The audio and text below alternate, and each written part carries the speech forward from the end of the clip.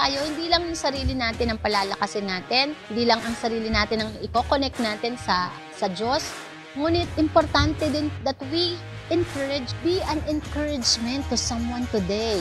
Keep building up one another. Even the strongest person needs an encouragement.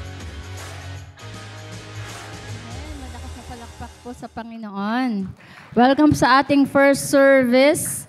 And this is the first Sunday of August. Amen? So, welcome ko po ang lahat, ang ating mga VIPs and invites. And I would like to share to you today. Napapansin ko po ngayon, no, ang generation natin, they are becoming less aware of God's presence. Or this generation, they put less value in their relationship with God. Madami na ngayon na mga kabataan, no, sa generation natin. Kasi marami ng tinig na naririnig. Kaya sabi sa scripture din pa sa last days, knowledge will increase. Knowledge will increase. Pero hindi lahat talaga ng naririnig po natin ay tama at paniniwalaan natin. The very basis of our faith, the foundation of our lives must be the Word of God. Amen. It is the truth. Ang lungkot lang po ay may iba't ibang version ng lumalabas ng Bible. No, which is yung iba po, tinatanggal na po nila yung ibang mga verses, especially when it comes to about Jesus. No? So, ganun pa man po, in spite of that, what is happening, nakalagay naman po yan sa Revelation, na mangyayari talaga yan. So, tayo po sa church, we need to preach the pure gospel. Yung, the gospel is about Jesus Christ. Sabi nga, Jesus. No, marami kasi ngayon lumalabas na they are mocking Jesus, yung mga,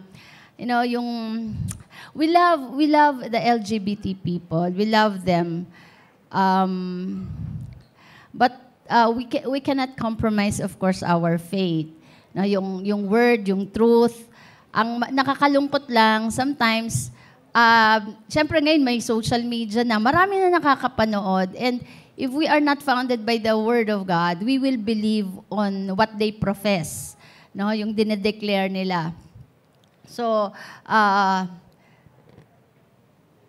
marami kasi nagmamak kay Jesus, no? So, we will not compromise our faith in our Lord Jesus Christ because He died on the cross. He loves us. Sabihin mo sa katabi mo, Jesus loves you. So, actually, hindi naman natin kailangan ipagtanggol ang ating Panginoon because the Holy Spirit is power. He is powerful. Our Lord Jesus Christ is powerful. He is God. But tayo mismo, mga Kristiyano, we need to be aware and we need to share what is right and what is true. Amen ba? Kaya mga young people, we need to be very careful kung sino po ang ating pinapakinggan. Amen? No, kasi nga may nag-trending ngayon. Ang mahirap kasi, lalo na pag vlogger yan, kaya very influencer siya, or nakakalungkot na halimbawa pastor tapos nagbago ng teachings. So, mahalaga po talaga that we read the Bible. And as we read the Bible, we ask the Holy Spirit to give us the understanding and wisdom. Kasi hindi lahat ng nagbabasa ng Bible, tamang interpretation. Ang nagbibigay po ng right insights and illumination sa pagbabasa ng Bible ay ang Holy Spirit. Amen? So I would like to share to you today the valuing of God's presence. No, ito na po kasi, dito na nga tayo sa generation na to na nag-increase ang knowledge, marami tayong natututunan sa YouTube, sa social media, and we are being taught by the culture of this world na mag-depend, no, sa alam natin, sa mga material possessions. But the Bible, it will never change. The principle will never change. Sabi nga, the principle will never change. The Bible principle will never change. So we need God. Kahit gaano pa po tayo kayaman, kaganda, katalino, kailangan pa rin po natin ang presensya ng Diyos. Amen. Ito po ang maririnig natin ngayong umaga, no? And the title is Lessons from the Ark. Siguro pag sinabi mong ark, ang una nating maiisip ay yung ark ni Noah. No, but itong ark na to is the Ark of the Covenant. No, mamaya maintindihan natin bakit Ark of the Covenant. Our title is Lessons from the Ark. Why God's presence is extremely necessary. Extreme. Ilagay ko talaga extreme. Highest degree. Lahat po tayo dito, babae, lalaki, matanda, bata, mayaman o mahirap. No? Kahit anong status po natin, we extremely need God. Malakas ka o mahina ka, may sakit ka o wala, kailangan po natin ang presensya ng Diyos. Mga kabataan, no? I want you to take this, kaya inaano ko sa mga generational, kasi marami na kayong naririnig eh. No? Kaya sabi ni Solomon, the wisest king ever lived, remember your God while you are young. He experienced a lot of good things in his life. Yung siya na pinakamatalino, siya na pinakagwapo, siya na pinakamayaman. But at the end of his life, he said that, remember your God, your Creator. Hello? Amen ba? No, we need God. And dito po sa 2 Samuel, makikita po natin, we're gonna read it. Ito po yung kwento na kung saan po ay ang Ark of the Covenant. The Ark of the Covenant, may I define first. The Ark of the Covenant, nandyan ba yun? It means God's presence. Sabi niyo, God's presence. Nung Old Testament po kasi, no, walang ibinigay po na symbol ng presensya ng Diyos, kundi ang Ark of the Covenant. Hindi po yung estatwa na mukhang tao, rebulto. It is the only article that is mentioned in the Bible wherein it symbolizes the presence of God. Na ang Ark of the Covenant po, every time na kinikerry nila yan, dinadala po nila yan, wherever they go, even in their battle, in the war, during the worship, nasa temple, ang Ark of the Covenant po, it symbolizes God's presence. It provides safety and success. Hello? No? Although ngayon pong New Testament, nasa New Testament era po tayo, ang sabi po ng John chapter 4 that we need to worship God. We will worship God in spirit and in truth. Tama? Pero nung Old Testament po, ay merong Ark of the Covenant na ginagamit o dinadala ang Israel. And every time na dala po nila ang Ark of the Covenant, kahit po sila ay nasa battle, dala-dala nila yan ng mga priests at nananalo po sila. Naalala niyo po sa Book of Joshua, nung sila po ay tatawid sa Jordan River, going to the Promised Land, ang unang-unang dala po nila ay hindi mang ginto. Hindi po mga kanilang mga material possession.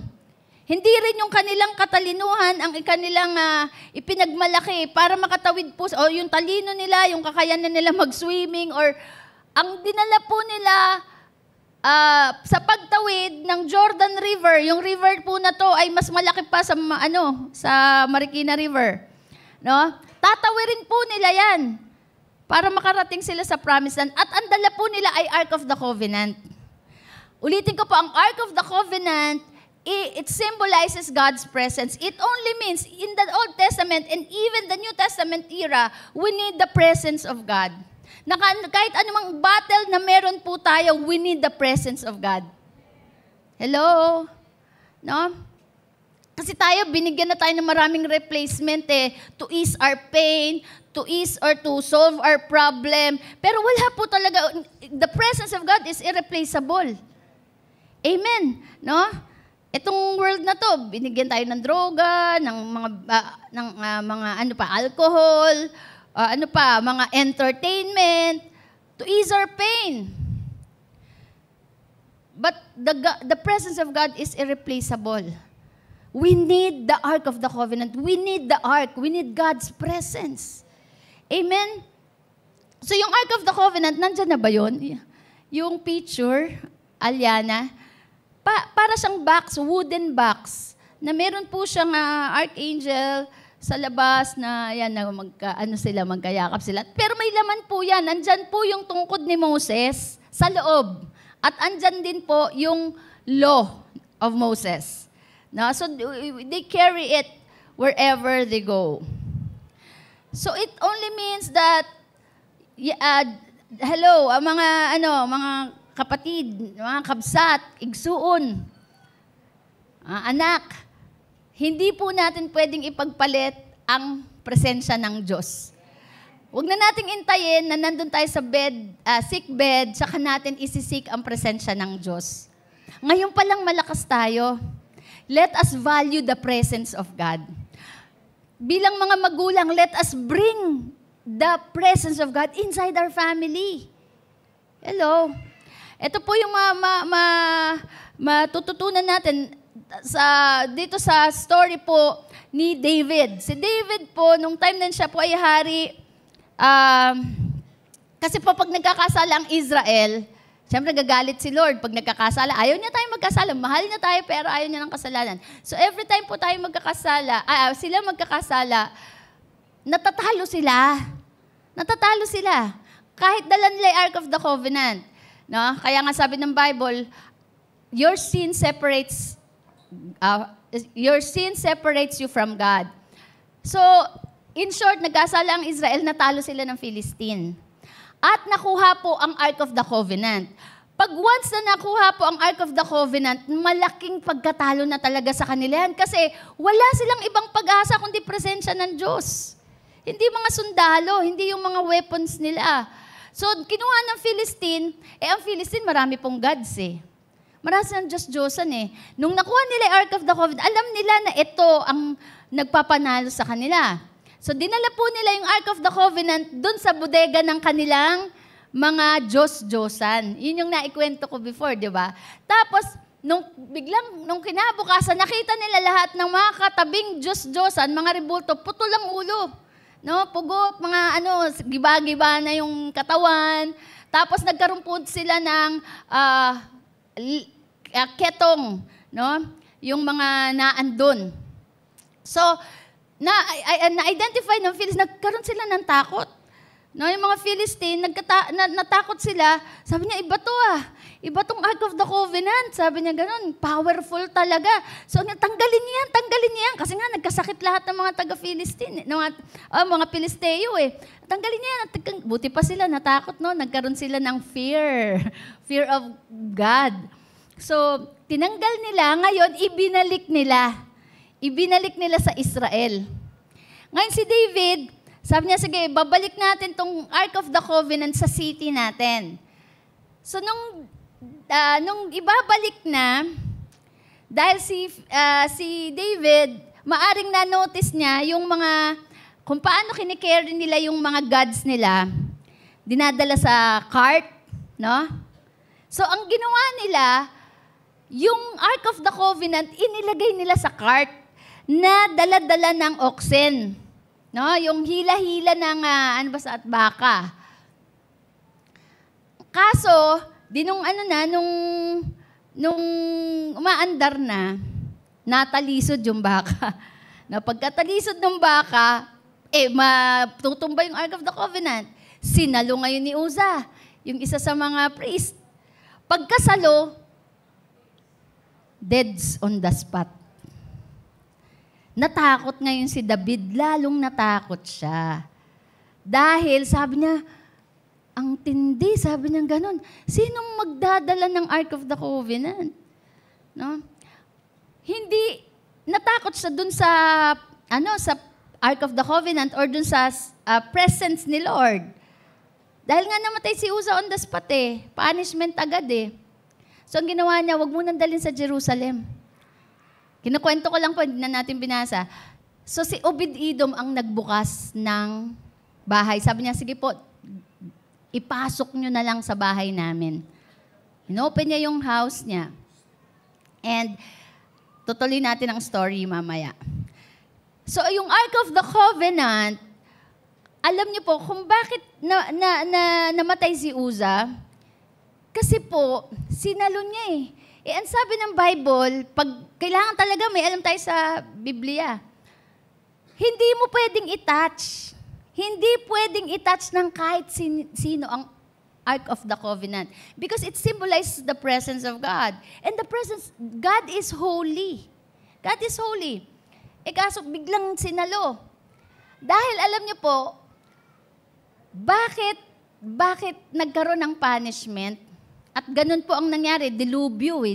Parang ano yun, ano pa tawag dito? Parang napakalaking dagok nun sa leadership ni David kasi may namatay sa tao niya. Dahil doon pa lang sa umpisa kung paano nila kineri o binuhat ang presensya ng Diyos o ang Ark of the Covenant, mali na. Dahil sabi po sa Bible, ang Ark of the Covenant must be carried by the priest, not by the oxen with cart. Ang sabi ng Bible, sabi po ng scripture, ang bilin ni Lord, ang Ark of the Covenant, ay dadalhin ng mga priest sa kanilang balikat. Number one, that we will learn from the lessons, no, or the lessons, or one of the lessons from the ark is God looks for someone, not for something to carry His presence. Look, generation, God's presence rests on men, not on methods, not on material things, not on social media. Ang presensya po ng Diyos ay kailangan i-carry ng tao. Hindi po ng material. Hindi po ng methods. Hindi po tayo magre-rely sa anumang bagay. Kundi, ang gusto ng Lord, God is looking for someone who will gonna carry His presence. God is looking for you to carry His presence. And what good about this, mayaman ka, mahirap ka, babae ka, lalaki ka, ang mahalaga, you are willing to carry God's presence. Amen. Otherwise, no, hindi natin pwede sabihin, sa social media, FB, YouTube, yan, yes, nakakatulong, pero hindi dyan nagre-reside ang presensya ng Diyos sa tao pa rin. Sa worship team, hindi sa kanta, hindi sa instruments. Magre-reside ang presensya ng Diyos sa tao. Hindi sa ganda ng boses mo, kundi sa'yo, sa atin. Basahin natin sa 2 Samuel chapter 6, verse 3 and 6. So they set the ark of God on a new cart. Saan daw inilagay ang Ark of the Covenant o Ark of God? Sa a new cart, and brought it out of the house of Abinadab, which was on the hill. And Uzzah and Ahio, the sons of Abinadab, drove the new cart.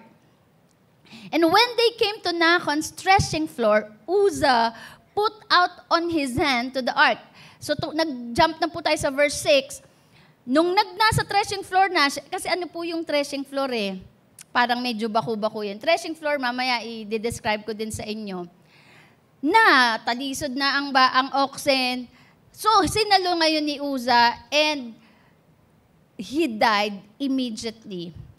So God's power, God's presence, God's anointing rest not on methods, not on the strategy. Although ginagamit po natin ang strategy, pero ang mahalaga pa rin ay yung man, not the manual. Amen. Maybe you are finished of the school of leaders, of the trainings, and yet hindi nakadepend ang power dun sa tinapos mo. The power will reside, the power of God, the presence of God will reside in you. Hindi sa pera, hindi rin sa pera. Kaya hindi mo pwedeng sabihin na magiging maayos na ang buhay ko kasi mayaman na kami, marami na kaming pera. Kung wala naman ang presensya ng Diyos, baliwala. So, ang ginawa ni David, no? Ginaya ang paraan ng Palestine, ang mga, ang tinatawag natin dyan, ano ba yung tawag natin sa ano? Yung mga pagan worshiper, sa mga pagano. Yan. Ginaya ni David. They carried their gods through the box. But the ark must be carried on the shoulders of the priest. So people have programs. Katulad nito, may program tayo, may schedule tayo. But God should have people. Yes, we do the programs, but the people belongs to God. So we do not rely on the program. Amen? Because God is looking for the people. God is looking for you. Kaya sabi ni Jesus, you will gonna worship me in spirit and in truth. Amen. Kaya kahit na minsan out of tune, out of tune ang instrumentalist, out of tune ang song leader, it doesn't matter. Hindi doon nagre-reside ang presensya ng Diyos. Kundi sa'yo na worshiper. Amen? That's why Jesus did not say, for the Spirit of the Lord is upon the program or system or strategy. He said, the Spirit of the Lord is upon me. Ang anointing must be upon us. Ito ba'y applicable lang sa mga nagmi-minister sa church? No, kahit tatay ka, nanay ka, remember, anak ka, the Spirit of the Lord is upon you. The presence of God must be upon you. Your life victory depends on the presence of God. Alam naman natin that this life is full of battles. Pero God designed us to be victorious. Pero magiging victorious lang tayo if we always carry the ark in our lives. If we carry the presence of God. Amen. We are aware of God's presence. When we are aware of God's presence, we will obey. We will have the fear of God. We know that God is holy. Amen. Madalas po na-overlook natin yung katotohanan that God's presence rests not on our methods or program or any material things or money, but only to His people. Get ready. Get ready. The Lord is looking for someone. Kaya nga sabi niya nung nakikita niya na na mapapahamak ang mga tao, I'm looking for someone who will stand in between the gap. Someone, say someone. Naghahanap siya ng someone. Amen, hindi ng building. Tao, hinahanap niya. Sabi ko, si Lord pala parang virus. Alam niyo, natutunan ko kay Pastor Alan. Ang virus walang life pag nasa labas. Pero si Lord, of course, He is life. Pero ito lang ang natutunan ko. Parang na-compare ko ng ano lang. Kasi yung virus, naghahanap siya ng life. Alam niyo yun, yung virus pala, no? Para maging, mag-active, kailangan papasok siya sa sistema ng taong buhay. O basta ng life. Tapos pag nakapasok na siya, dun siya na-activate. So, although, of course, we know that God is life. Amen. He is the source of life. He is more than the virus. He's looking for you para ma-activate yung power niya. Amen. No? Kaya kahit hindi ganun kaganda yung building natin, pero you yourself, you worship God, no? With all your heart, you love God with all your heart. And kahit babae ka, when you speak, when you preach, the presence of God will reside on you. The anointing of the Holy Spirit will reside on you, and you will release power. Amen. People look for better programs, but God is looking for better people. That's why God says He's looking for someone who will stand in the gap. God seeks someone who will worship Him in spirit and in truth. God is looking for the right people because right people will do things right. Amen. He wants His presence to rest upon His people. Gusto niya tumira, hindi sa building, hindi sa structure, kundi sa tao. He does not rest on the service. He rests on the saints. His presence does not reside on the song. His presence resides on the worshiper. His glory comes down not on the building but on the believers. Put His presence on your shoulders. Kaya pala sabi ni Jesus, "Come to me, all you are weary and heavy laden, and I will give you rest for your soul. For my yoke is easy." Kasi yung yoke po nilalagay yan sa balikat, usually, di ba, ng mga baka. For the yoke of God is easy. The presence of God will give you rest. Amen. Kapag hindi po presensya ng Diyos ang ilalagay natin sa shoulder natin, the devil will put heaviness, depression, guilt, shame, embarrassment on your shoulders. Bakit tayo nabibigatan? Kasi mas pinili natin i-allow ang demonyo na ilagay sa ating mga balikat ang mga kabigatan ng mundong ito. Kaya pala sabi ni Lord, carry my presence on your shoulders. Hello. We need the presence of God. Ang presensya ng Lord, ng Diyos, ang i-carry natin. And the rest of the things that we have, God will carry it for us. Amen. That's why God said in Isaiah 61 verse 3, "I will put the garment of praise instead of the spirit of heaviness." Sinabi niya sa Isaiah, bibigyan ko kayo ng garment, dadamitan ko kayo ng garment of praise, garment of joy. Not the spirit of heaviness. Yung kalungkutan, yung kabigatan, hindi yan galing sa Diyos. That's why, in our home, we need to carry the presence of God inside our home. Amen. We will not rely on the bigness, on the beauty or the structure of our house, on the property or material things that we have inside our home, or the gadgets. Hindi pa rin yan sapat. Kailangan po natin the very presence of God. Amen. Marami nga, mayaman, nagkaroon ng pera nung dumami ang pera, at saka lang naghiwalay ang mag-asawa. Kasi bakit? Pera ang inilagay sa shoulder. Ang kailangan natin, presensya ng Diyos. Amen. It means your shoulder is not for heaviness, but for the presence of God. For praise of His name, meaning your mind is not for depression. Amen? Our mind is not for depression, but for joy, for peace, for freedom. Our heart is for God's presence and for God's righteousness. And we are not a trash. Hello? Hindi tayo basurahan, hindi tayo tapunan ng mga kabigatan ng nilalagay ng demonyo sa buhay natin. We are the temple of the Holy Spirit.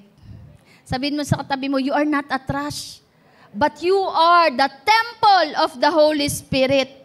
Amen. Yung mga trashes na yan na magpapabigat sa buhay natin. Pero ang sabi ng Panginoon, we can reflect on the Ark of the Covenant. We need to carry the very presence of God on our shoulders. Hello. We need God. Let us carry the presence of God inside our home, in our community, in our workplace, in our campuses, and in this nation. Kaya pagka kineri po natin ang presensya ng Diyos, kahit anong laki ng battles natin, we can face it and we are sure that we will be victorious.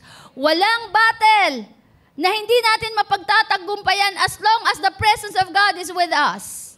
Amen? And number 2, threshing floor. Ang dumaan mo po kanina nabasa natin, pagdaan po ng Ark of the Covenant, yung kinikerry ng oxen, doon sa cart, pagdating doon, natalisod po yung Baka. Kasi dumaan doon sa threshing floor. Ang threshing floor po, makikita natin, nung araw kasi ganyan, wala pang makinarya nun eh. Ang threshing floor po, ito po ay lugar na kung saan sineseparate po, pagka nagkaroon ka na ng harvest, yung mga palay, sino dito mga farmers? Yung palay, kailangan po yan ibit. Ano ba yun? Yung pukpukin. Na ibibit siya. So ito po yung animals na magkikerry nung threshing sledge. Nakita natin yan. Tapos yung dinadaanan po ng sledge na yan, na mga palay. Tapos kasama yan na meron pang pampukpok yan eh. Para yung palay po, hihiwalay yung ipa o yung chaff. Yung ipa doon sa grain. Yun po, dalawang klase po kasi ng paghihiwalay ng ipa sa grain. No? Or meron din naman po na ginagamit, ito naabutan ko ng araw, yung pagka, di ba, ginaganon sa bilao, no? Igaganon, i-shake, tapos palili pa rin na ganon sa hangin. Tapos yung mga chaff or yung ipa, pag nahanginan yan, it will be blown away. Yung malili pa rin na siya kasama nung hangin. Pero ang matitira yung grain. Kasi mabigat yun eh. Hindi kayang liparin. So tayo yung life natin, somehow dumadating po tayo sa threshing floor. No? Kung saan we experience the beating or the wind, or the blow of the wind. Because, the threshing floor used by God to refine us. Hello? Para masigurado kung sino talaga tayo.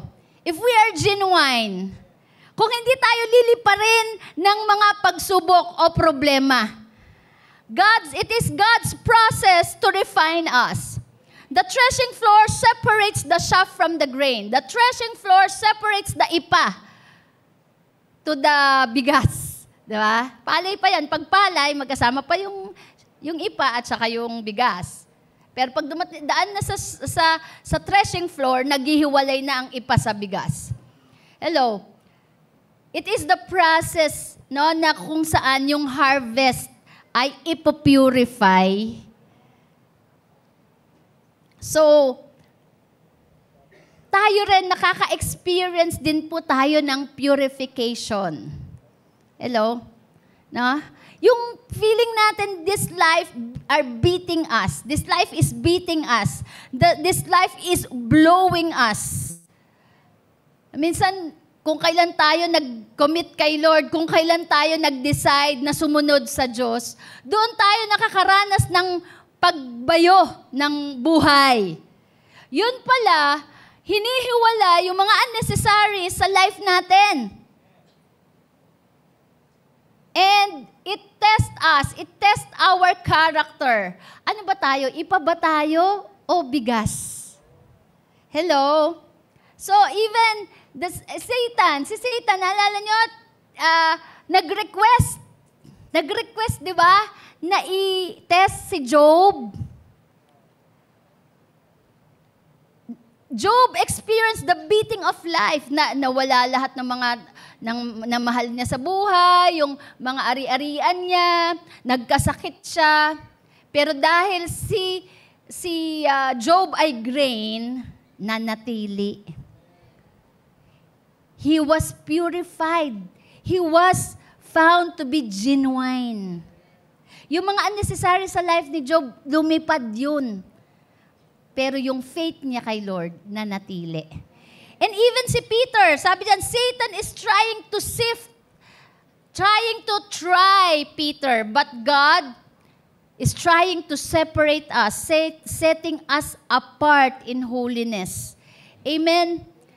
Satan is trying to prove that we are chaff. Gustong sabihin ng demonyo, ay hindi, ipa yan. Kaya yan sumusunod lang sa'yo kasi pinagpapala mo. But God is trying to prune you, to prune us out of chaff. Kaya kung dumadaan tayo sa threshing floor, sino dumadaan sa threshing floor ngayon? No? Malaki tiwala sa'yo ni Lord na ikaw ay grain. Hindi ka ipa, nalilipa rin. Amen?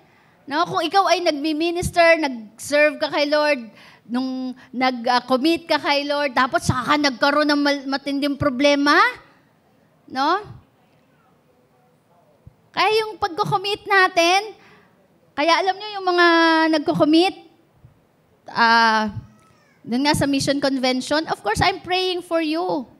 Kasi once we commit, we will be tested. Sabi ni Peter, I will not allow you to be arrested. I will not allow you to be killed over my dead body. Sabi ni Jesus, talaga lang ha? Pero you know, that Satan requested to sift you, but I already prayed for you. Kaya yung word natin na, of course, hindi ko naman dinidiscourage ang commitment. We commit, but we expect the pruning.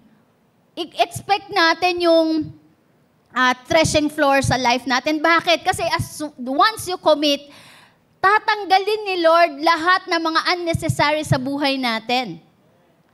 Once we declare our love for God, yung nagpabaptize ka, once we publicly declare our love for God, automatic yan, meron yan testing. Kasi tatanggalin niya yung mga unnecessary. Tatanggalin niya yung mga yabang. Si Peter mayabang eh. Sabi niya, mahal kita, hindi kita pababayaang mamatay. Kaya nung tinest siya, nag-deny siya 3 times. Doon niya na-found out, mayabang pa pala siya. Pero yun din ang pagkakataong lumipad ang lahat ng kayabangan niya kasi na-broken siya. At nakita niya na makakapaglingkod siya, na minamahal niya si Lord, hindi sa sarili niyang lakas, kundi sa biyaya ng Diyos. Amen. Kaya nga sabi ni Job sa chapter 23 verse 10, He knows the way that I take. When He has tested me, I shall come forth as gold. Alam niyo, ang gold po ang one of the most purified element. Kasi ang gold, katulad po niyan, ito yung gold.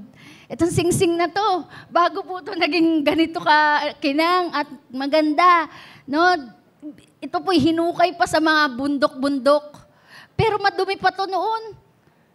Saan to dinaan? Dinaan to sa apoy. At lahat ng mga lupa-lupa at mga bad elements, sinunog po ng apoy. Kaya siya kuminang ay dahil siya po ay pure na. Ganon din po yung life natin. When God found us, we are undignified. We have a lot of issues sa buhay natin. Pero tayo minahal na ng Diyos. Sabi nga, tayo ay minahal ng Diyos nung tayo makasalanan pa.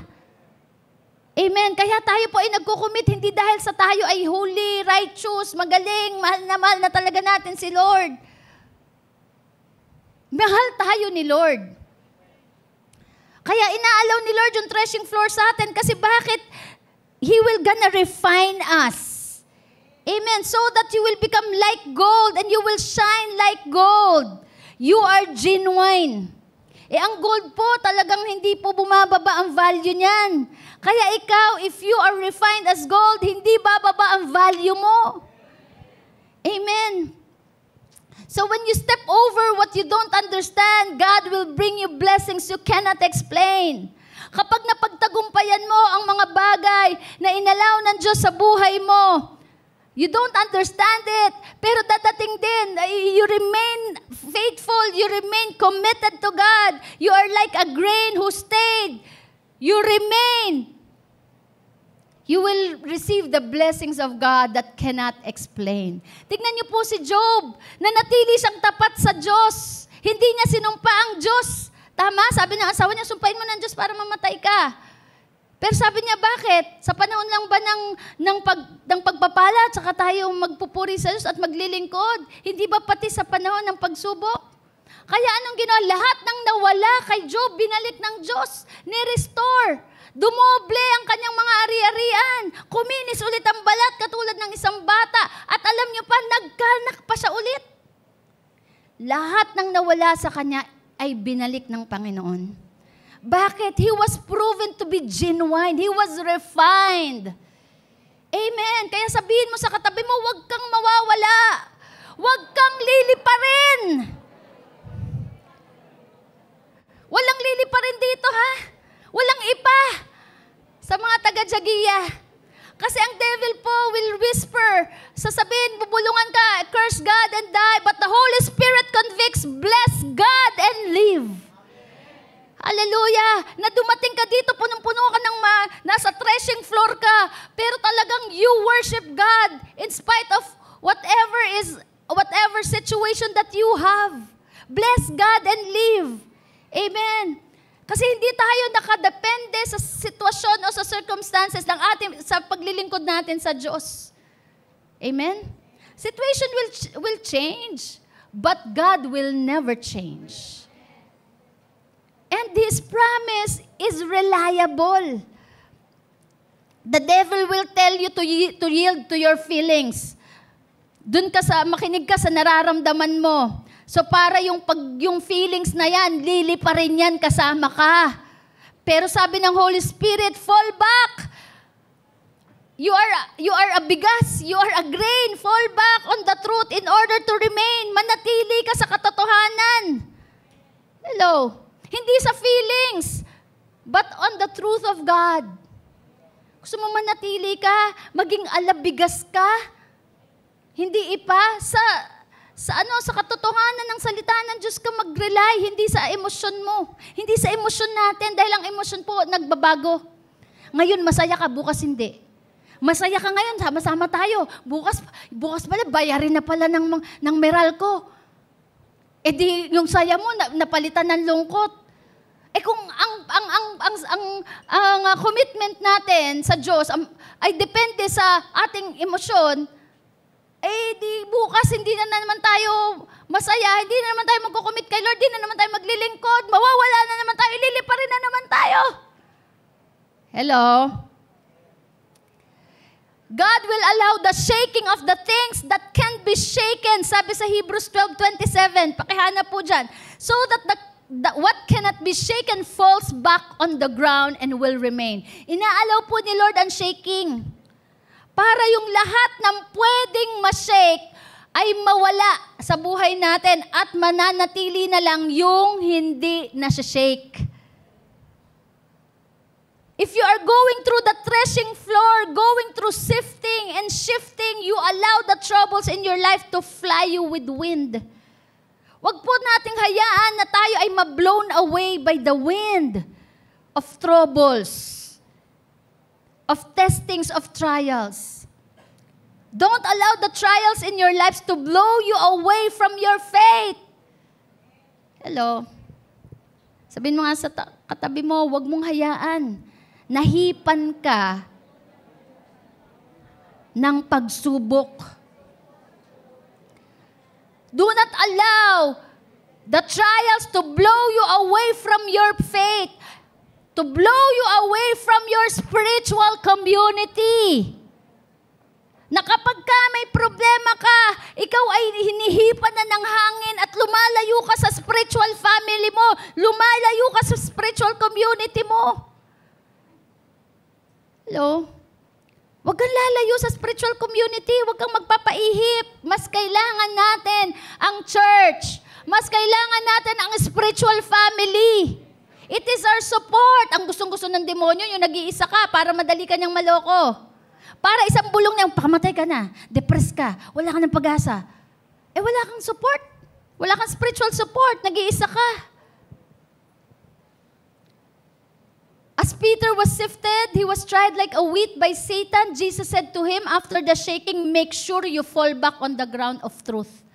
You see, alam na nakita na ni Jesus na itetest si Peter. Alam na ni Jesus na itetest ka. Pero the word of Jesus to Peter is the same word that God is giving to us today. Kung ikaw man ay alugin, tama ba yung alugin? I-shake. Yanigin. Sinasabi ni Jesus, manatili ka. Fall back on the ground of truth. Manatili ka sa katotohanan. Fall back on God's forgiveness. Nagkamali ka, you rely on God's forgiveness, not on your feeling. Fall back on God's calling to your life. Kahit may pagsubok ka, kahit nagkamali ka pa, si Peter nagkamali siya, nagkasala siya. Pero he fall back on God's calling in his life. Bumalik ka sa tawag ng Diyos sa'yo. Fall back on God's mercy. Don't fly away. You know, Peter had a bad day. Judas had a bad heart. Peter fell back on truth after he sinned and was restored by Jesus. Judas blown away by the wind and fell away from Jesus. Si Peter kahit nagkamali, bumalik siya kasi doon siya sa katotohanan ng pagmamahal, kapatawaran, biyaya at habag ng Panginoon. Pero si Judas, he had a bad heart. Siya ay nilipad na ng sitwasyon. Nilipad na siya ng kanyang kahinaan. Nilipad na siya ng kanyang self-pity. At lumayo siya kay Jesus kaya hindi siya na-restore. Hello. Si David, he was a grain. He fell back. Di ba nagkamali din si David? But he fell back on the truth. He went back to the Lord. Kaya ang sabi niya, create in me a clean heart. Renew a right spirit upon me. Cast me not away from your presence. Kaya kahit nagkamali si David, hindi siya naalis bilang hari. Bakit? Doon siya nakadepend at nakarely sa pagmamahal at pagpapatawad ng Diyos. Fall back on the ground of truth. Unlike si Saul, siya po ay ipa. He was a chaff. He was blown away from the grace of God. Instead of coming back to the truth of God, coming back to the calling of God, he made excuses and he blamed other people. You might be in sifting. Ngayon, siguro marami sa atin ngayon in sifting. In shifting and in shaking, fall back on the ground of truth. Sabihin mo sa katabi mo, balik ka sa katotohanan. Sa katotohanan na mahal ka ng Diyos. Sa katotohanan na patatawarin ka ng Diyos. Kaya yung prodigal son, nagkamali, lumaya siya, di ba? Nagkamali siya, nagpariwara yung buhay niya, but because he was a grain. Alam nyo kaya kapag ka talaga, bigas ka, pag may laman ka ikaw ay laman. Hindi ka ipa. Ang ipa kasi, chaff yan, walang laman, madaling hipan, kaya kung saan i-blow ng hangin, doon na lang siya, paikot-ikot na lang siya. Pero pag bigas ka, may laman ka, alam mo ang identity mo, alam mo kung sino ka. Alam mo kung saan ka babalik. Amen. Rely on God's love and God's forgiveness. Remember, you are a grain who is supposed to remain. You are not a chaff who is easily blown away from faith. You are not a chaff who easily quits. At kahit na dumaan ka pa sa panahon ng kahinaan, ng pagkakamali ng desisyon, alam mo kung na ikaw ay bigas. Alam mo kung saan ka babalik.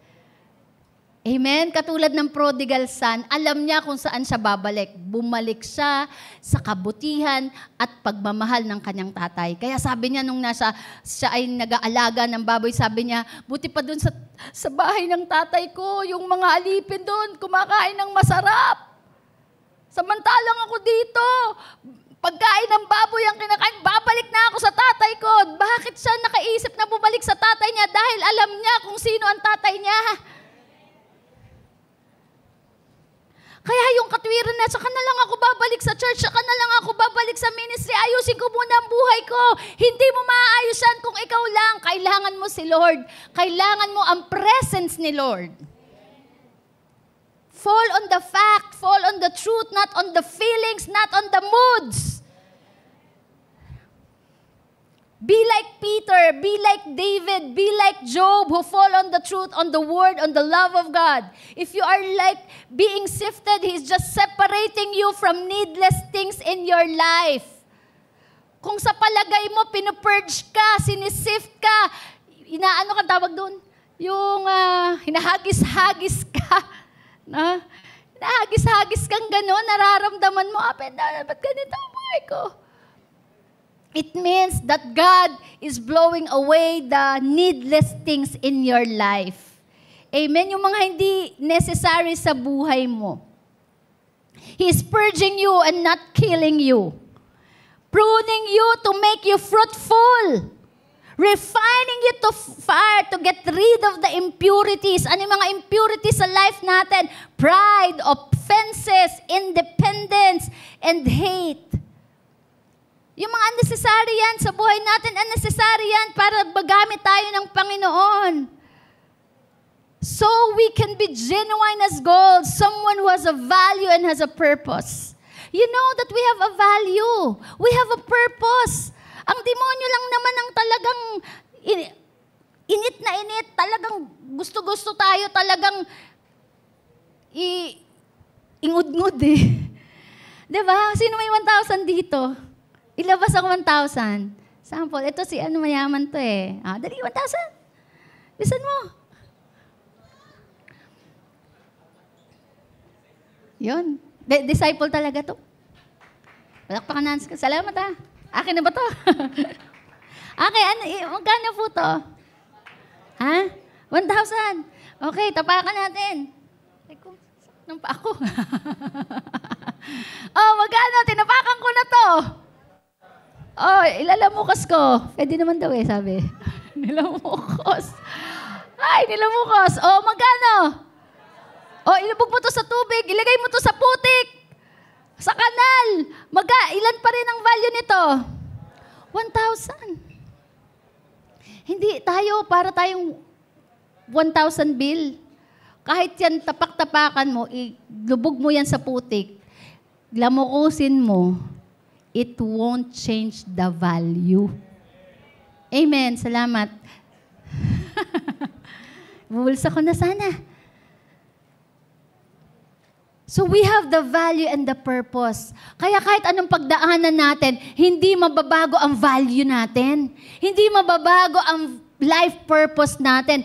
The Lord will still, yung calling niya sa atin, mananatili yan. Kahit nagkamali ka, katulad ni Peter, dininay si Lord. Katulad ni David, nagkamali siya kay Bathsheba.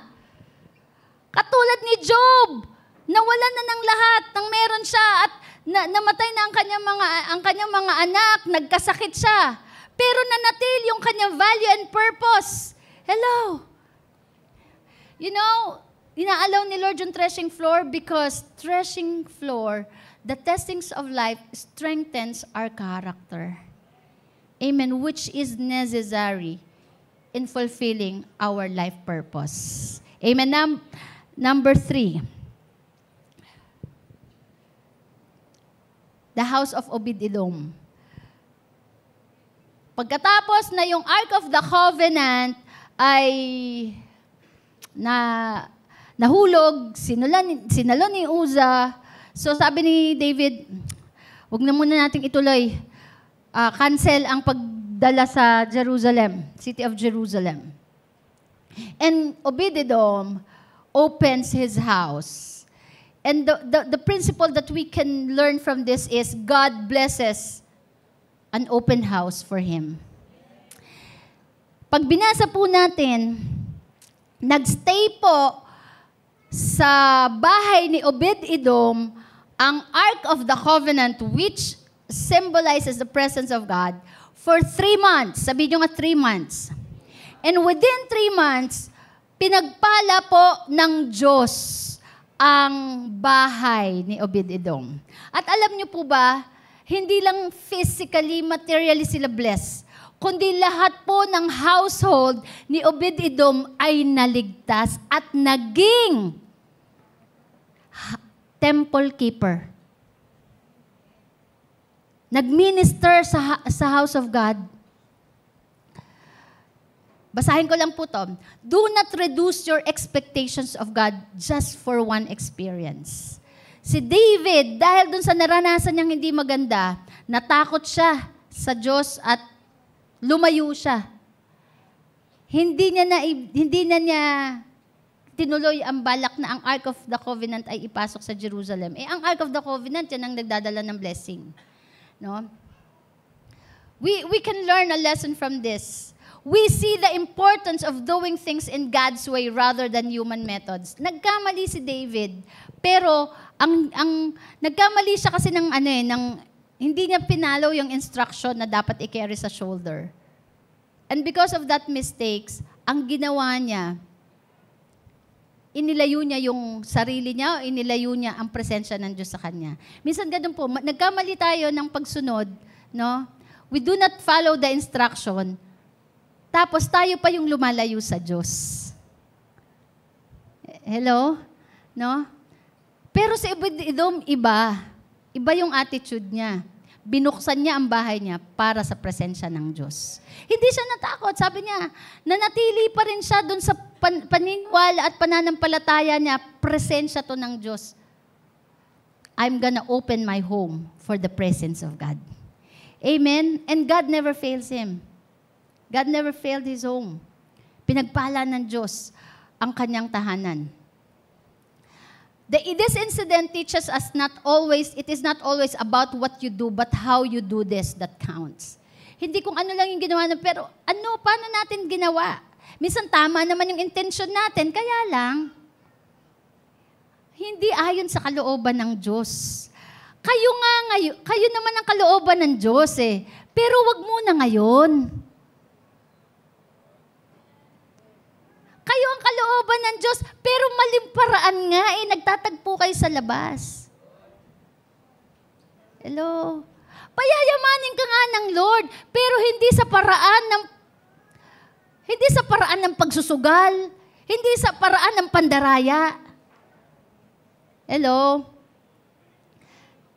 Like, God gave instruction that the ark should be carried on the shoulder of the priest, not a cart.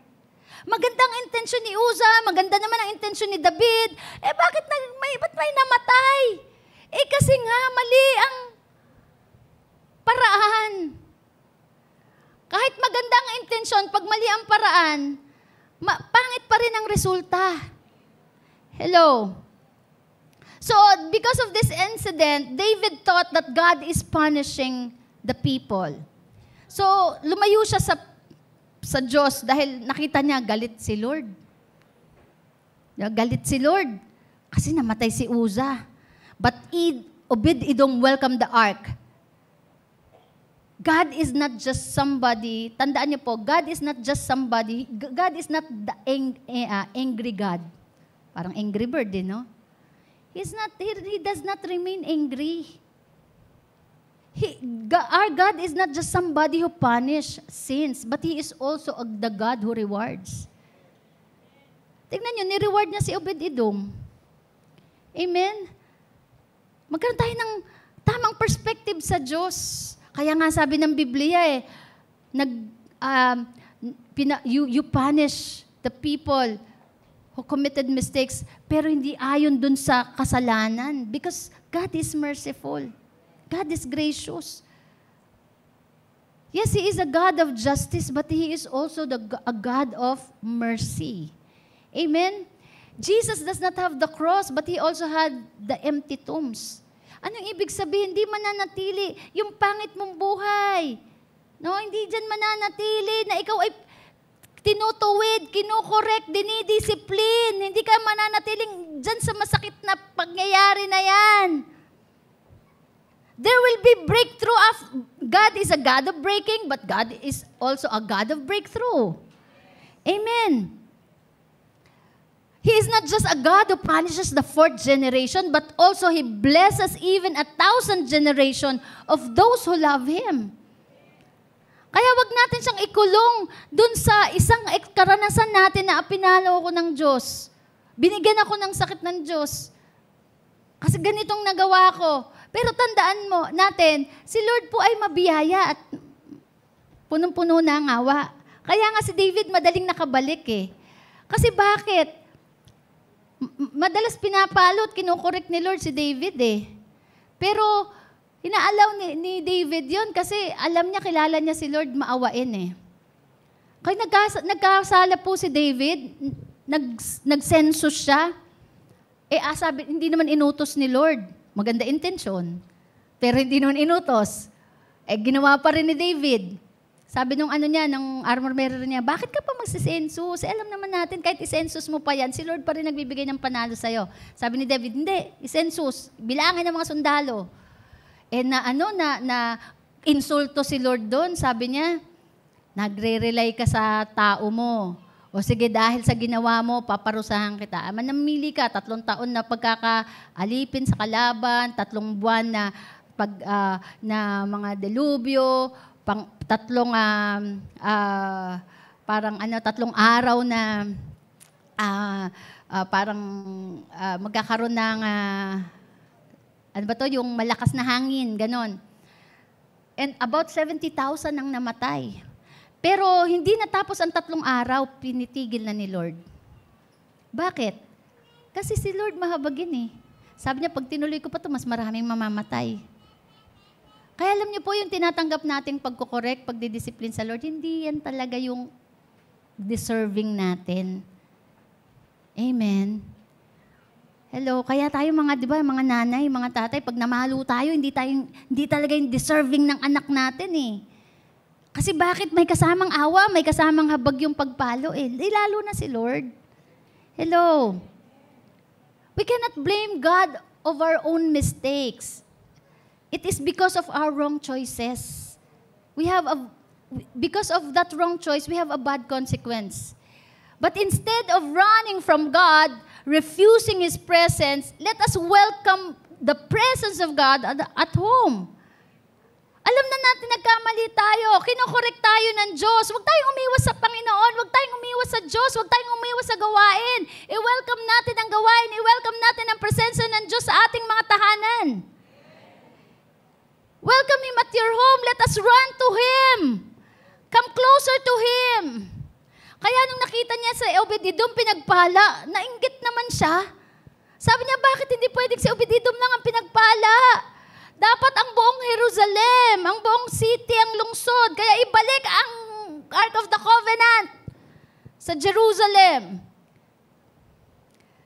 The God of shaking is the God of supernatural.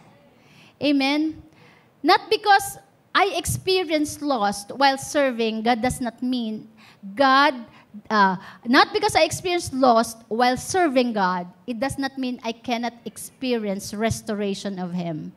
Amen? Yes, nawalan ako habang naglilingkod sa Diyos, pero hindi ibig sabihin na hindi i-restore ni Lord ang nawala. It only means we should not be afraid to walk with Him in times of trials, in times of shaking, in times of the valley of the shadow of death. Let us not be afraid in times of fire, in times of the Red Sea, because He already prepared the promised land. Amen. And He promised to lead us, even in the valley of the shadow of death. He is the 4th man. Sabihin mo sa katabi mo, He is the 4th man. Sa Shadrach, Meshach, Abednego, sino yung 4th man? Sino sumama sa kanila nung nasa apoy sila? There is a 4th man, the God Himself was with Shadrach, Meshach, at Abednego. He was the one who shut the lion's mouth. He divided the sea. He drowned the Egyptians. He prepares a table before us in the presence of our enemies. He made the promised land ready for us. Do not be afraid of the giants. Meron kang promised land. May promise si Lord sa'yo. Huwag kang matakot dun sa process. Sabi nga sa Psalm 23 verse 4, I will fear no evil. Though I walk through the valley of the shadow of death, for thy rod and thy staff, they comfort me. You know, in the darkest hour, which only means, sa darkest hour, wala talaga tayong nakikita. Pero mararamdaman natin yung tungkod ni Lord na nagli-lead sa atin. Amen. Sa panahon ng trial, madilim. Sa panahon ng trial, hindi natin naiintindihan. Pero ang pangako niya, He will be with us. even we can only see darkness,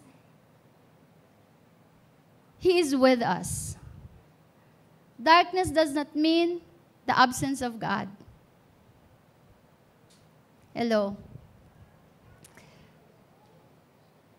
So, let us welcome the presence of God even in the darkest hour of your life. Amen. God is merciful. Kaya, ang rebound natin, yan, mga basketball, ang rebound natin, it is always the presence of God. Hello? No? Number 4, nagkamali si David, nagkamali si Uzzah, nagkamali na ng pag-follow ng instruction. Pero si David, hindi nawala ng pag-asa. He carried the ark again. Kung kahit na nagkamali ka, tandaan mo, God is a God of second chance. Do it again. Do it right and do it better. Tignan natin sa 2 Samuel chapter 6 verses 13 to 15. So it was when those bearing the ark of the Lord had gone 6 paces that he sacrificed oxen and fatted sheep. Then David danced before the Lord with all his might, and David was wearing a linen ephod. So David and all the house of Israel brought up the ark of the Lord with shouting and with the sound of the trumpet. So this time, mas careful na si David sa pag-carry ng Ark of the Covenant. Alam nyo, yung pag-carry ng Ark of the Covenant, maliban sa ang hirap mag-Tagalog, ang hirap din mag-English, so Bisaya na lang ako dito. Yung nilagay na sa balikat ng priest, yung Ark of the Covenant, hindi lang yun ang ginawa nila. Nag-offering pa sila. Every 6 steps, nag-offer, nagpatay ng oxen. Every 6, nagpatay ng, grabe. Lavishly they offered unto God. At hindi lang ang matinding ginawa ni David, ibinigay niya ng todo. Todong-todo. Ang kanyang pag-welcome sa presensya ng Diyos, He welcomed the presence of God with rejoicing. Inano niya na, nilagay niya na behind yung pagkamatay ni Uzzah. Tapos na yun eh. Kaya kung ano man yung nakaraan, tapos na yun. Huwag ka mag-dwell sa nakaraan. Welcome the presence of God with rejoicing and with full of hope. Huwag kang mag-rely. Huwag kang mag-depend dun sa iyong self-pity or sa iyong past mistakes, sa guilt. Sa guilt that's already past. Welcome the presence of God with rejoicing. Amen. Give your best to God. Give your best service to the Lord. Katulad ni David, kahit hari siya, nagsasayaw siya, naghubad pa nga siya eh. Matinding ginawa ni David. Sabi niya, kailangan makabawi ako kay Lord. Hindi pwedeng i-welcome ang presensya ng Lord ng average. Kailangan with excellence, with all might, strength, and mind. Na kapag naglingkod kay Lord, the best. Ano mo, yun ang maganda kay David, hindi siya nagdwell sa emosyon. Hindi siya nagdwell dun sa feelings niya. Tiningnan niya na kung sino ang Lord, He deserves the best. Amen. When Uzzah died, King David did not give up. Kaya when Pastor Alan died, we never give up. We never quit. We never stop. Whatever things that we lost, we never quit. Amen. We will go back into the Word of God. And we will need to find out what God had said. Let us do it again, but this time we're gonna do it right. We will gonna do it better than before. Amen. Maraming tao, they quit too soon. Yung umaayaw na. Walang ayawan. Habang may buhay, may pag-asa. Di ba? Naririnig natin yun eh. Sabihin mo sa katabi mo, buti na lang, buhay ka pa. Buhay ka pa. May pag-asa pa. May pagkakataon pa. May second chance pa. Kaya imagine mo, binuhay ka ni Lord. Ibig sabihin, binigyan ka pa ng pagkakataon maitama ang pagkakamali ng nakaraan. God doesn't want you to quit. He Him. But this time, let us obey Him rightly and better than we did last time. Amen? And after doing a mistake, we might be, or after doing nagkamali tayo, maaring pagkakamali natin o pagkakamali ng ating pamilya o ng ating kamag-anak o ng iba, let us not walk away from God. Because God is a God of second chance. Open your heart again for the Lord. Trust Him again. But this time, let us do it right and let us do it better. Do not delay.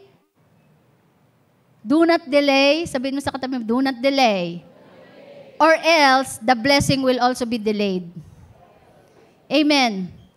Huwag mo nang intaying matanda ka, tsaka ka babalik. The best time is today because tomorrow might be too late.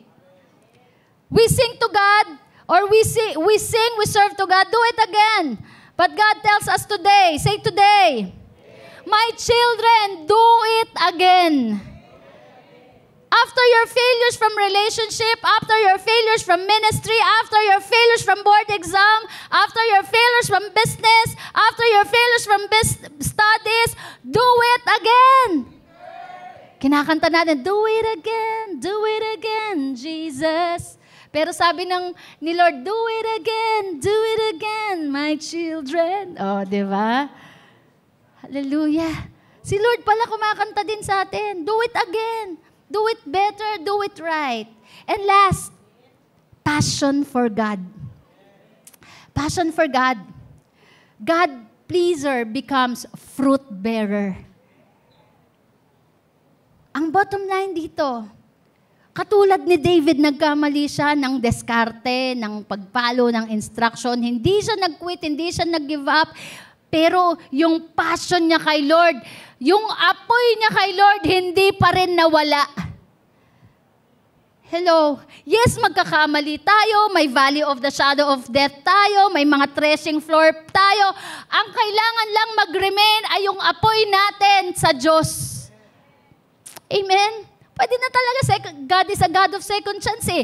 Yung pala, pwede natin baguhin yung pagkakamali natin, itama yung pagkakamali, ibigay na natin ang todo kay Lord. Because no passion, no intimacy. And no intimacy, no fruit. Tama, parang sa mag-asawa lang, pag wala kayong passion sa isa't isa, edi walang intimacy. Pag walang intimacy, walang baby.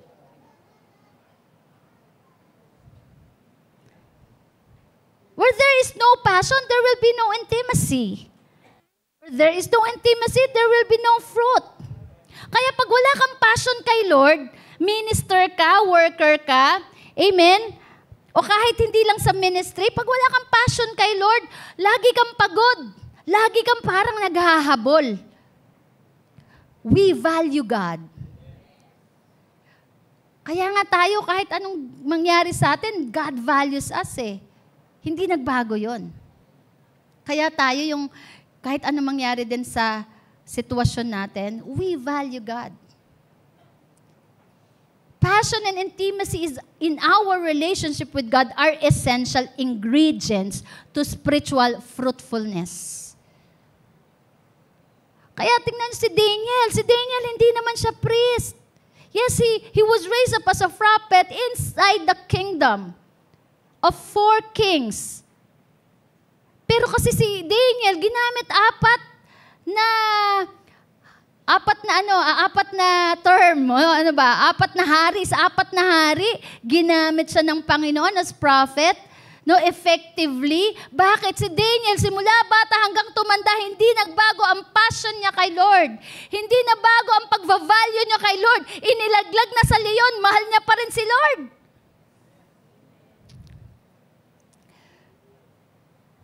Kaya very fruitful si Daniel. Very fruitful yung kanyang life, yung kanyang ministry. Hindi yun sa loob ng church nag-serve. Sa Malacanang yun. Kaya kahit saan ka, sa campus ka, sa marketplace ka, ang kailangan natin passion for God. So that we can be successful. We can be fruitful. Kaya nga si David, yung wild worship, sabi niyo wild worship. I-describe natin wild worship.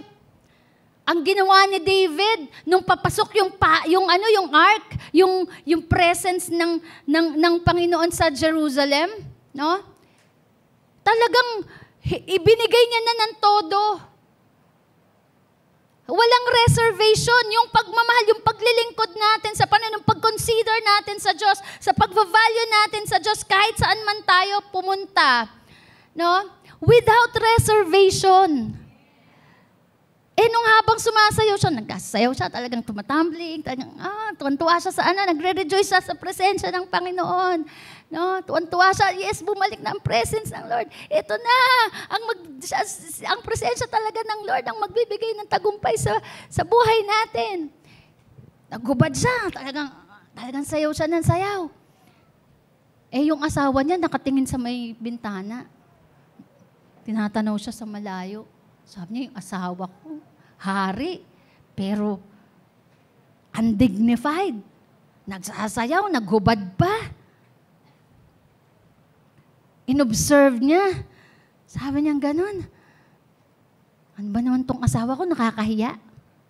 Tapos kinausap niya si David Sabi niya, you look undignified to what you are doing, hari ka pa naman. Pero anong sagot ni David? I will choose to be undignified in your sight. I don't care because I will choose to worship my God. Kaya alam niyo nangyari kay Michal sa 2 Samuel 6:23? Therefore, Michal, the daughter of Saul, had no children to the day of her death. Because of her lack of passion to God, hindi siya nagkaanak.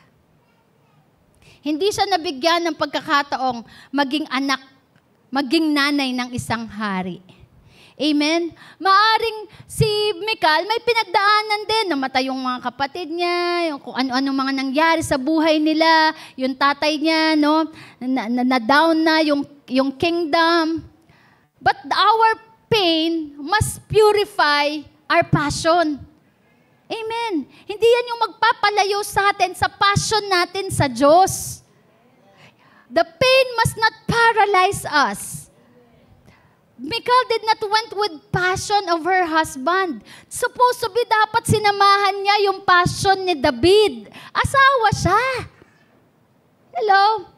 But she was just watching from afar at the window. Tignan niyo yung picture. Pinapakita niyo ba yung mga picture? Tignan niyo si Michal, nasa malayo. Dapat bumaba siya, sinamahan niyo yung asawa niya sa pag-worship.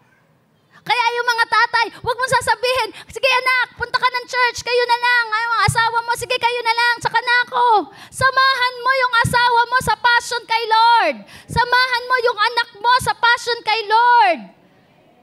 Ganon din yung mga anak. Instead of joining her husband with his passion for God, kinriticize niya pa, ginudge niya pa si David. Hello. Kaya huwag natin i-criticize ang mga naglilingkod kay Lord. Huwag natin i-judge yung mga passionately naglilingkod kay Lord. Otherwise, you will remain barren. Hindi naman lang biological yan. Pero you see, pag tayo nagkikriticize tayo sa mga naglilingkod, napaka-passionate kay Lord. Instead na mayroon tayong joy, nananakaw Ikaw mismo wala kang kagalakan hindi wala kang kasiyahan Kaya si David, baliwala sa kanya, sige, mukha akong kahiya-hiya sa harapan mo, basta ako, maglilingkod ako, passionately, I will do my best. Sinong naapektuhan? Si Michal. He remained barren. Tingnan nyo, kung papansin nyo po yung sa verse, the scripture mentioned Michal, the daughter of Saul, not the wife of David. Why? Because she did not reflect the passion of her husband. She reflects the passivity of her father. Hindi siya na-identify bilang asawa ni David. Na-identify siya bilang anak lang ni Saul. Nawala yung privilege niya because of her lack of passion to God.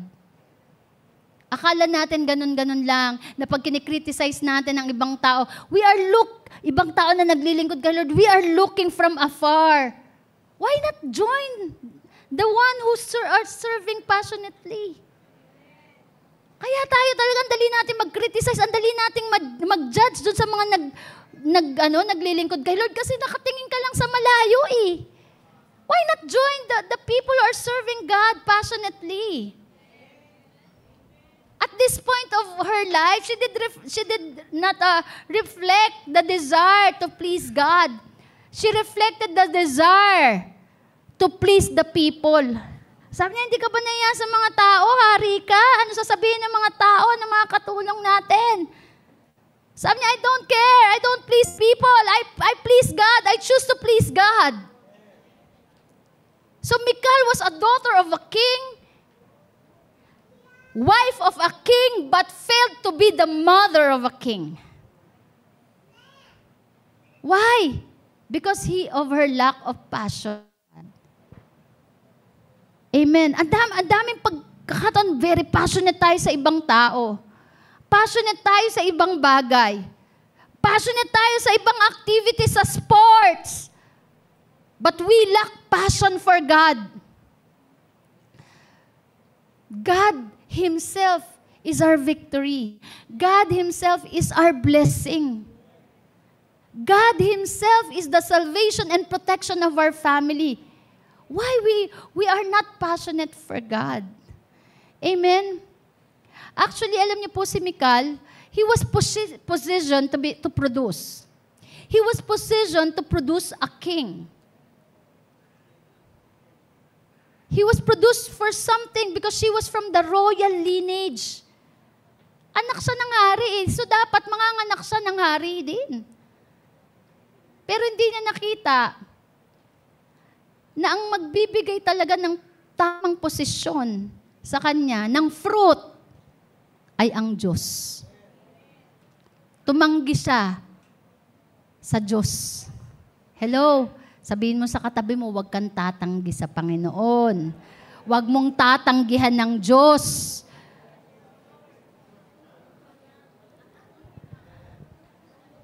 The Bible described Michal of her attitude, her passivity towards God, that instead of staying miserable, yes, miserable na ang sitwasyon niya. Siguro feel niya hindi siya masyadong mahal ng asawa niya.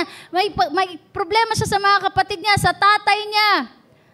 Eh dun out of her problem, dapat nag-offer pa siya ng, si Lord na nga lang ang pag-asa niya, si Lord na lang ang magbibigay ng kagalakan, ng kapayapaan sa buhay niya. Tinanggihan niya pa si Lord. Kung nireject ka na ng asawa mo, nireject ka ng sino man sa mga nakapaligid sa'yo, huwag mo nang hayaan na yung misery na yan, na manatili ka dyan. Go to the right person. Go to God. Be passionate to God. Yung alam mo, sige, tanggihan nyo na akong lahat, wag lang si Lord.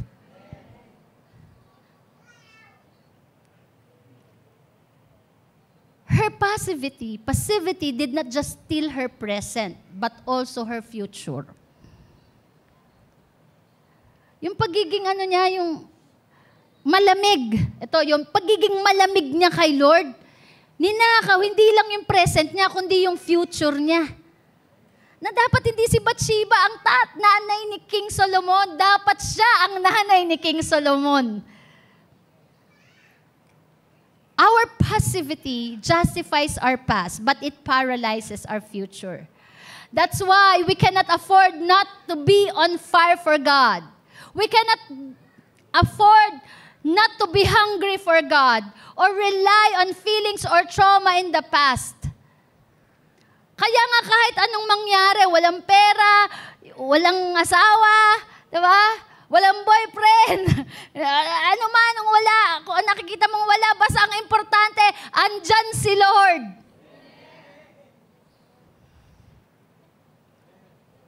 Yes, we have bad experience in the past. Ninakaw na yung past mo. Pero wag mong hayaang nakawin yung future mo by rejecting God in your life. When we reject God in our lives, we reject our future.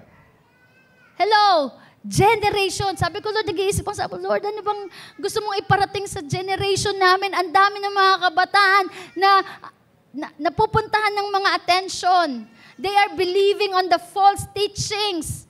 So teach them about the valuing my presence. Let us value God. Amen. Hindi yan mababago. Kaya nga sabi ni Lord, ituro nyo pati sa mga anak nyo.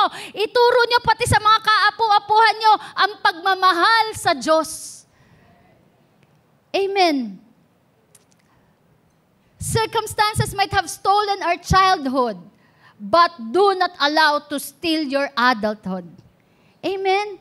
Kung pangit na yung nakaraan mo nung bata ka, huwag mong hayaan na nakawin yung ngayong tumanda ka na. Kaya nga, we will choose to serve God. We will choose to love God. We will choose to be passionate for God. Michal missed the chance to get free from misery. Kung gusto nating makalaya mula sa misery, sa kalungkutan, hindi bote, hindi relasyon sa tao, hindi pagkakaroon ng boyfriend, ng girlfriend, at kahit sa hindi pagkakaroon ng asawa, I tell you, sa umpisa lang, masarap yung honeymoon.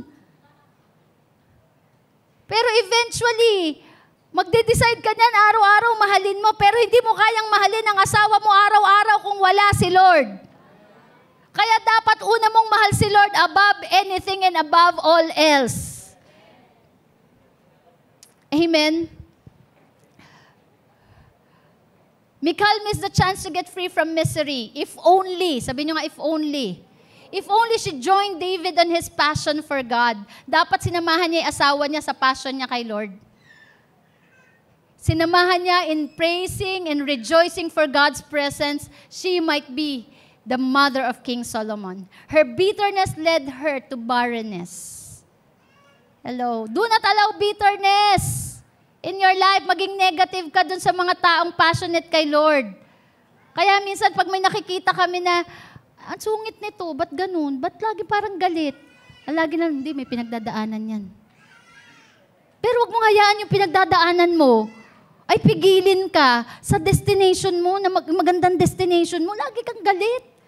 Tama na yan, yung misery mo. Hello? Because bitterness will lead you to barrenness. Ninakawan ka ng kapayapaan, ninakawan ka na ng kagalakan, magpatawad ka na. Ang tagal na niyan, ano ba? Imagine mo, tagal-tagal na panahon, galit ka pa rin hanggang ngayon. Eh, sino ang ninakawan? Eh, di ikaw. Instead na maging fruitful ka, you remain barren. We are not a window watcher, but we are a worshiper. Kaya pagtungtong pa lang dito, hindi tayo spectator. Hindi tayo yung worship team, wala sa tono, yung instrumentalist, sali-saliwa. It doesn't matter. Yung heart mo ang mahalaga, nag-worship kay Lord. Do not stay long in the window or you might fall asleep. Katulad nung nangyari doon kay Tikus. Manatili doon sa bintana, bumaba ka at mag-join ka sa mga naglilingkod at nagmamahal kay Lord. We will join with God in what He is doing right now. Amen? In many ways we can serve God. In many ways we can love God. We will be revived. Kung merong kailangang ma-revive sa atin, yung passion natin kay Lord, then we will become part of revival. David chose to rejoice in the Lord and please Him. Kaya we are not people pleaser. Because people pleaser will remain barren. Kaya ano man ang ginagawa natin, sabi, whatever you do it for the glory of God. Ano man ang gawin mo, whether you eat or drink, do it for His glory. Do it for His name. Hindi para i-please ang pastora, hindi para i-please ang sino man, kundi i-please si Lord. And that's why David chose to rejoice. So he himself was strengthened. Pagka pinili natin magmahal kay Lord, maglingkod kay Lord, magpuri kay Lord in spite of the threshing floor, then we will be strengthened ourselves. And for sure, the Lord will bring a lot of victories in our lives. Why? Because we are passionate for God. Amen? What is our passion today? We have a lot of passion. Diba? Nanonood ng Netflix, ng mga games, mga kwentuhan natin. Di naman masama yung mga yung kapag chika-chikahan tayo. Pero yung parang ang lamig natin kay Lord. Go back to the ark. Carry the ark. Amen? Carry the ark of the covenant. Carry the presence of God. Nagkamali, balik ulit parang si David. Do it again. Do it better. Do it right. Never mind of what the people thinks about you. Kahit nasabihin ka, napaka-religyoso mo, napaka-deboto mo, lalagpas ka na sa langit. I don't care what the people will think about me. Ang alam ko, mahal ko si Lord. Period. Amen. Hallelujah. Tayo po tayong lahat. Let us value and embrace the very presence of God. This generation must learn the very basic of this life. Ang dami nagiging komplikado na po ang buhay natin sa dami ng ino-offer ng mundong ito. Gadgets, social media, the success, money, beauty. This world offers us a lot of things to divert our focus and attention to God, from our attention to God. But there's only one thing that we need. One thing that we need in this life. It is the presence of God. It is the Ark of the Covenant. Amen. Sabi nga ni Lord, sabi ni Jesus, what shall a man's profit if he gained the whole world and lost his own soul? Ano ang mapapala ng isang tao? Kamtin man niya ang lahat ng bagay dito sa mundo, pero mawala naman ang presensya ng Diyos sa buhay niya at mapahamak ang kanyang kaluluwa. Today is the day of salvation, sabi sa Corinthians. Today is the day to commit our lives to the Lord. Today is the day to decide to serve Him. Today is the day to make a decision to come back to Him. Amen. Hallelujah. Regardless of our situation. Hindi natin ito pinag-uusapan kung ano yung nakaraan natin. Hindi na pinag-uusapan kung ano yung maling nagawa natin. Kaya si Jesus, nung in-encounter niya si Peter, hindi na nila pinag-usapan yung pagde-deny ni Peter. Ang sabi ni Jesus kay Peter, do you love me? It is the passion. Do you have passion for me? Sabi ni Jesus kay Peter, do you have passion for me? Do you love me?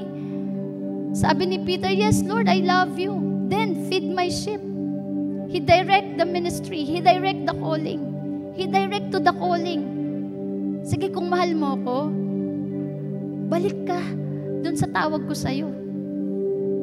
I-value mo kung anong binavalue ko. Ang sabi niya, nangako siya, I will be with you to the very end of this world. Amen? God is faithful. God is faithful. Kung may mga pinanghihinaan ng loob dito, dahil nasa threshing floor ka, hinihiwalay lang yung mga unnecessary sa buhay mo. And thank God you are here. Because the message of God is telling us today that His presence will be with us. Hindi ka niya i-reject. Hindi niya tayo i-reject. Hindi niya na i-discuss yung past mistakes natin. Hindi niya na i-discuss yung past wrong decisions natin. Be like David, Job, Peter,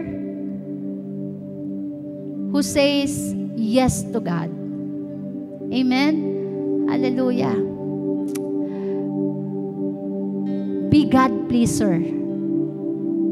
And and you will be a fruit bearer. Everything that you do will succeed. Amen. Hallelujah. Sige po, tayong lahat ay pumikit. Unload everything to God. Lord, thank you so much. We have the most valuable in this world, and that is your presence. And your presence is enough. Your presence is not just confined inside the church.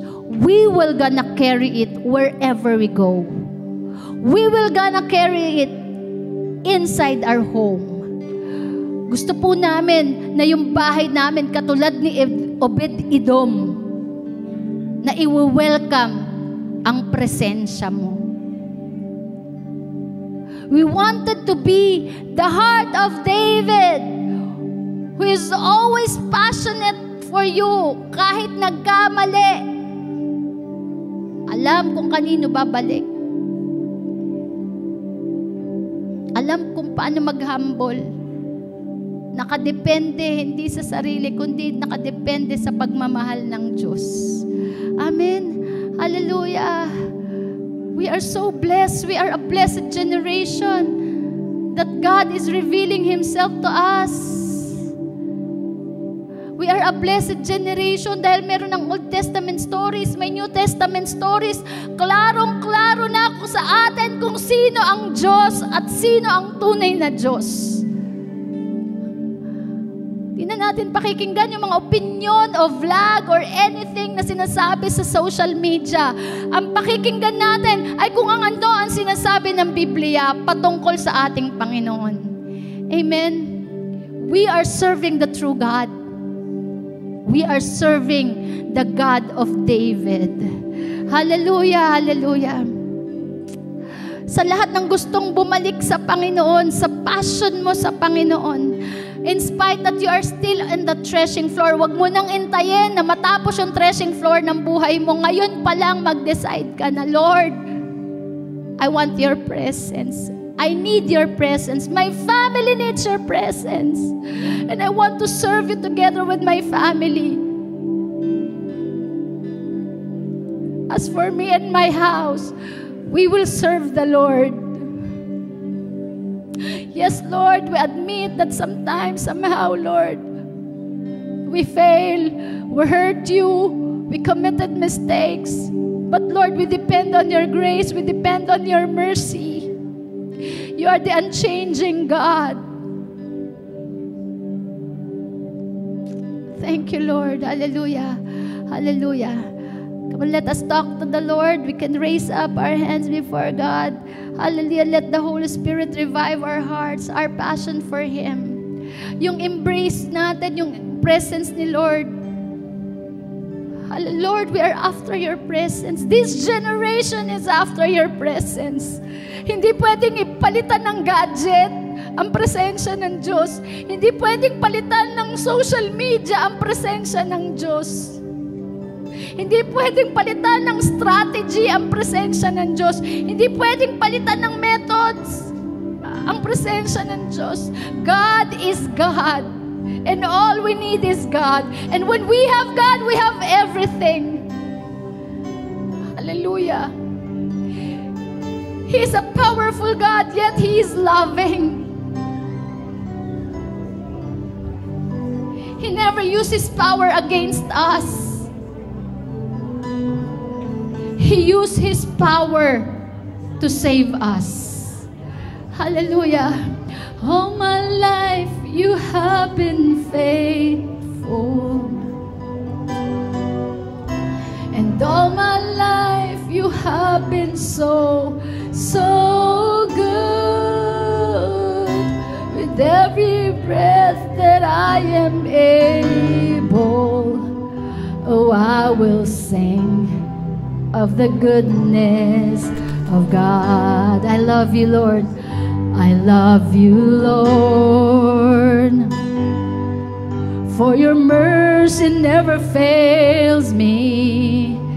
And all my days I've been held in your hands.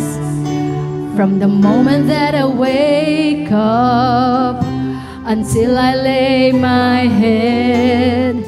Oh, I will sing of the goodness of God. And all my life we have been faithful, all my life. And all my life you have been so, so good.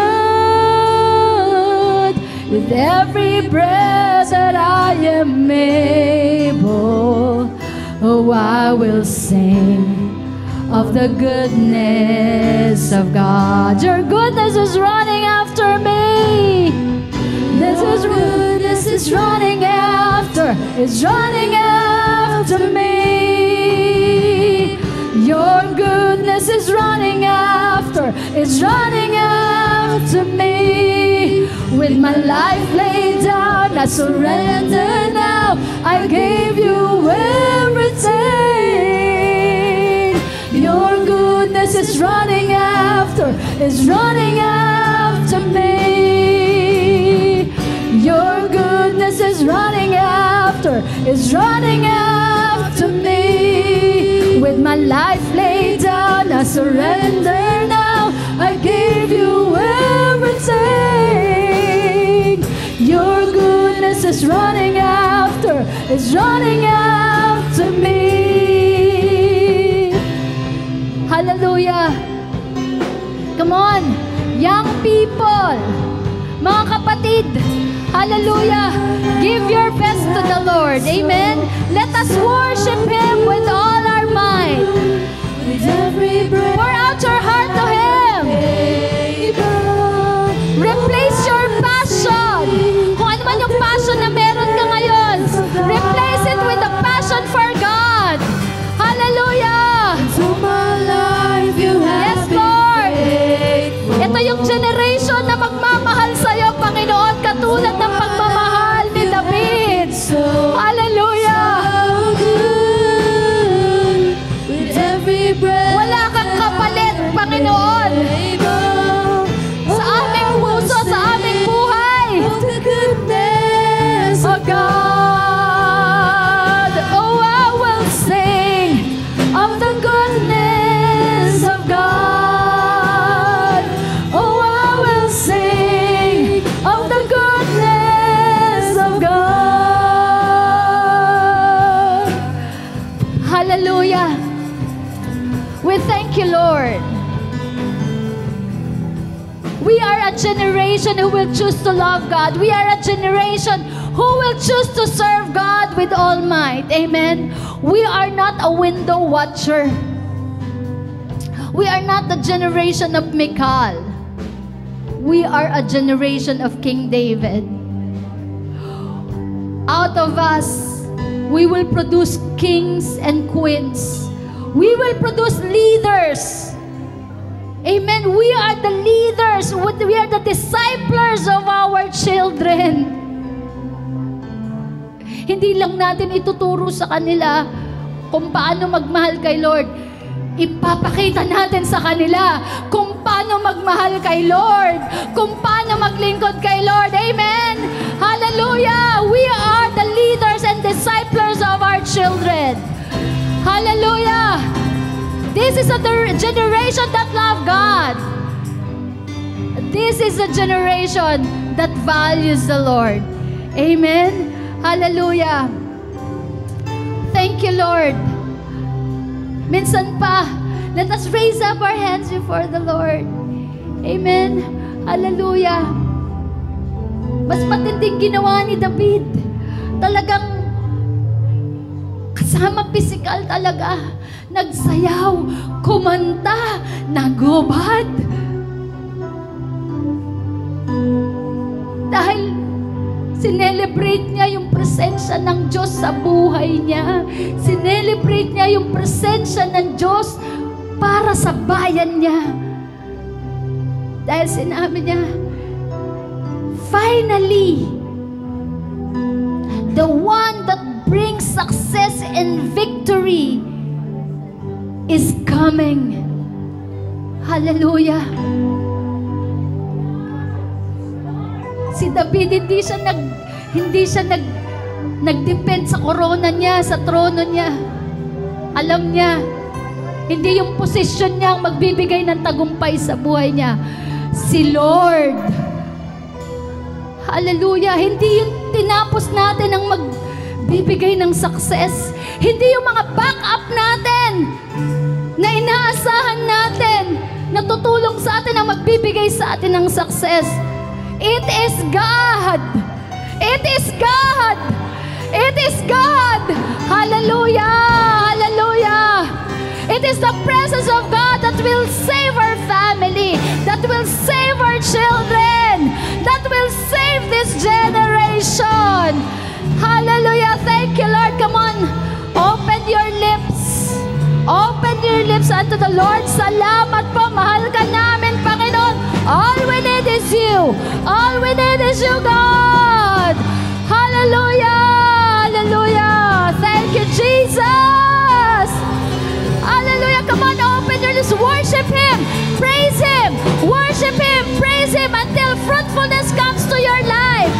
Fruitfulness will come to your life.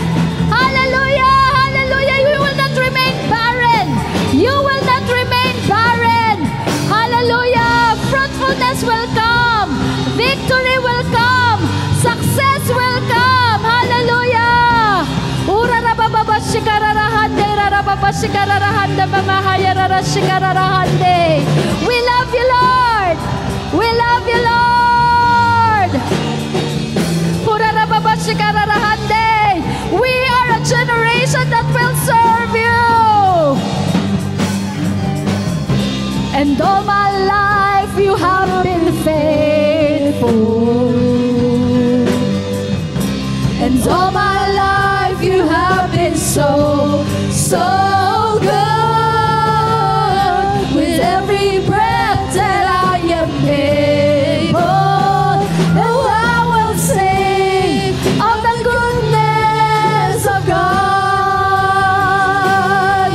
And I will sing of the goodness of God. Oh, I will sing of the goodness of God. Hallelujah! Hallelujah! Shout unto the Lord! Shout unto God! Hallelujah! Hallelujah! Praise! Praise! Praise unto the Lord! Praise unto Jesus! Praise unto Jesus! The only God, the only Lord, the only Savior! This generation will worship you, Jesus! This generation will honor you, Jesus! This generation will make you known, Jesus! You are our Savior! You are our Lord! Hallelujah! Our children will know you! Our children will serve you! Thank you, Lord! Thank you, Lord! Hallelujah! Hallelujah! Hallelujah!